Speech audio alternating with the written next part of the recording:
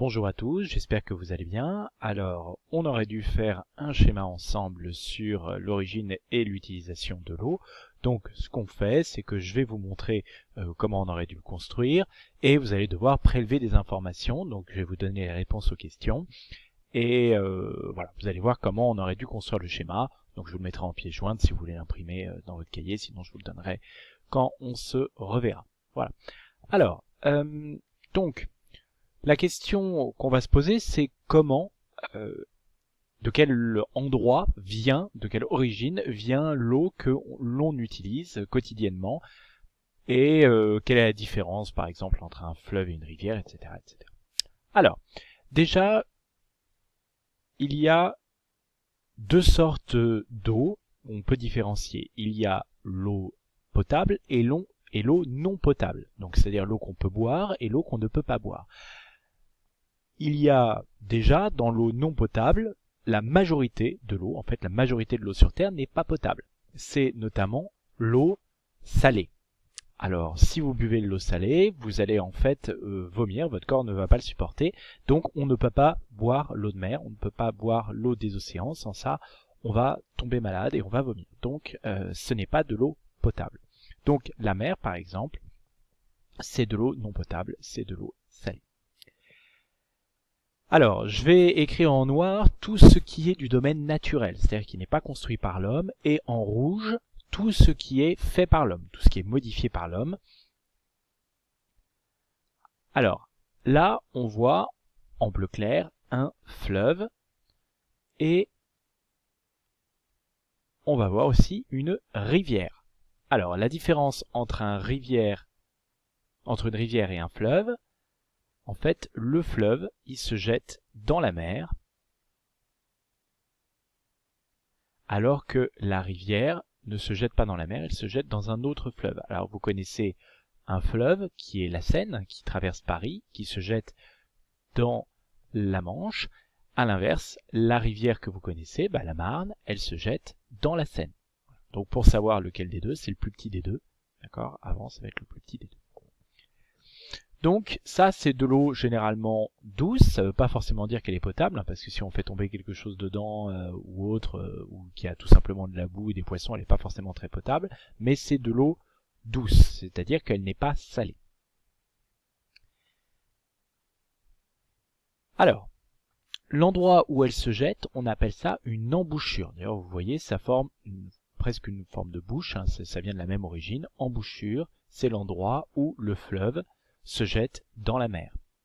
Donc il y a une embouchure par exemple pas loin de Marseille où le Rhône se jette dans la mer Méditerranée. Quand il y a une étendue d'eau douce en plein milieu de la terre, ça peut s'appeler un lac ou un étang pour faire simple. Là vous voyez, j'ai fait quelque chose d'un peu différent, il y a des petites plantes qui vont dépasser. Alors ça pour le coup c'est un marais ou un marécage. Alors les marais ou les marécages, c'est généralement il y a très peu de fond, donc c'est beaucoup moins profond, et souvent il y a des petites plantes qui dépassent, donc ça va être un peu différent. Il va pas avoir les mêmes animaux, il va pas avoir les mêmes plantes. Ce qui est représenté ici, c'est ce qu'on appelle une nappe phréatique, c'est-à-dire que il y a de l'eau qui s'écoule pendant les pluies. Elle peut ruisseler, elle peut s'infiltrer dans la terre et elle va descendre jusqu'au moment où elle va se retrouver bloquée parce qu'il y a de la pierre en dessous. C'est-à-dire qu'elle va s'infiltrer dans la terre et à un moment elle peut être à un endroit bloqué par la terre, par de la pierre, et ça va faire un lac souterrain, ce qu'on appelle une nappe phréatique. La nappe phréatique peut être potable, pour le coup, parce que ça fait une sorte de réservoir sous la terre, c'est très pratique. Heureusement, il y a plein d'endroits où il y a des nappes phréatiques en France, mais même ailleurs. Alors, pour récupérer une nappe phréatique, on peut par exemple faire un puits. Ça, pour le coup, c'est construit par l'homme. C'est-à-dire qu'on fait un trou en profondeur pour accéder aux nappes phréatiques. Et ensuite, on puise l'eau qui vient de la nappe phréatique et on peut la boire. Donc ça, on a vu que c'est des constructions humaines. Un puits, ça n'a rien de naturel, c'est construit par l'homme. Alors qu'est-ce qu'il y a d'autre comme construction naturelle ? Il peut y avoir un cours d'eau, là, vous voyez ici, qui va par exemple relier un lac à une mer, ou deux mers entre elles. Ça, c'est ce qu'on va appeler un canal. Alors la différence entre un fleuve et un canal, c'est que le fleuve, c'est naturel, ça n'a pas été construit par l'homme, alors que le canal, ça a été creusé par l'homme. Et ça permet par exemple de faire passer un bateau d'un point à un autre. Donc c'est très pratique. Il y a des canaux qui sont très grands, par exemple un canal entre l'Afrique et l'Asie qui permet de passer directement de la mer Méditerranée à l'océan Indien. Pour tout un tas de raisons, on en verra certaines pendant ce chapitre-là, on peut faire ce qu'on appelle un barrage. Alors un barrage, ça va être un grand mur en pierre qui va faire que l'eau va s'accumuler tout autour, et ça fait donc un lac, mais un lac artificiel, c'est-à-dire que ce lac, il a été construit par l'homme, puisqu'on a fait un barrage, on va laisser s'écouler une partie de l'eau, mais comme le principe d'une baignoire, on va faire un réservoir, et ça fait un lac artificiel. Alors par exemple, le lac de Verre, c'est un lac artificiel, ce n'est pas un lac naturel. Alors les marécages, ça peut être un problème, les marais, les marécages, ça peut être un problème parce que parfois il peut y avoir beaucoup d'eau qui s'accumule, beaucoup de moustiques, bref, ça peut être très embêtant pour les hommes. Ça peut provoquer des maladies, par exemple, comme les piqûres de moustiques peuvent apporter des maladies, donc par exemple en Afrique. Donc on peut essayer d'enlever l'eau du marécage.